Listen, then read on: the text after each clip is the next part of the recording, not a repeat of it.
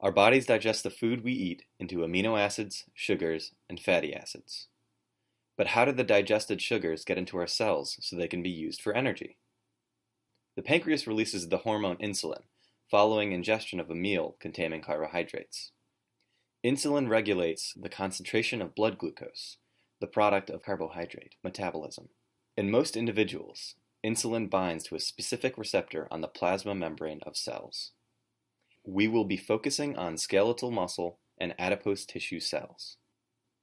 The interaction between insulin and its receptor travels to the interior of the cell, where it triggers a number of changes in cell metabolism, including glucose uptake by cells in response to elevated blood glucose levels. This process is known as the insulin signaling pathway. The insulin receptor is a dimer made of two extracellular alpha subunits and two transmembrane beta subunits. Disulfide bonds connect the alpha and beta subunits, as well as the two alpha subunits to maintain the receptor as a dimer. Now we're going to go through the initial steps of the insulin signaling pathway. Insulin binds to the alpha subunits of the insulin receptor, which face the extracellular environment. This interaction translates to the beta subunits, which have tyrosine kinase domains that become activated to phosphorylate each other and other proteins. IRS1 binds to the phosphorylated tyrosine residues, which then results in the phosphorylation of IRS1. The phosphorylated sites on IRS1 serve as binding sites for the PI3 kinase. PI3 kinase phosphorylates PIP2, a membrane phospholipid. The addition of the phosphate converts PIP2 to PIP3, which serves as a recognition site for the PIP3 dependent protein kinase, or PDK1 for short. PDK1 phosphorylates AKT, another protein kinase, which further relays the signal to the interior of the cell. This cascade involves many subsequent steps and proteins not shown here.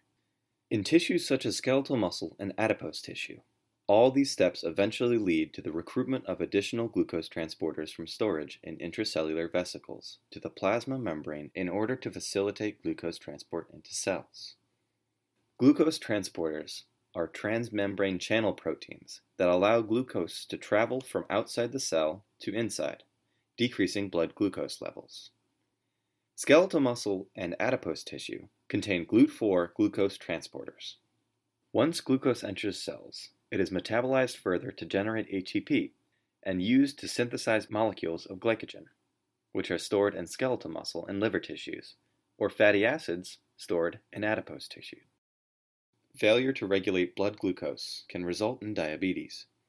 Type 1, or insulin-dependent diabetes, can result from failure of the pancreas to produce insulin. In this complex metabolic autoimmune disease, the immune system attacks the beta cells of the pancreas, which normally produce insulin. As a result, insulin synthesis is prevented. Type 2 diabetes occurs when insulin receptors no longer respond to insulin, resulting in elevated blood glucose levels, among other symptoms. As you can see, the insulin signaling pathway is essential in regulating the concentration of glucose in the blood following a meal rich in carbohydrates. The pathway involves many steps and molecules, and failure of any step in the pathway can have severe consequences, such as diabetes.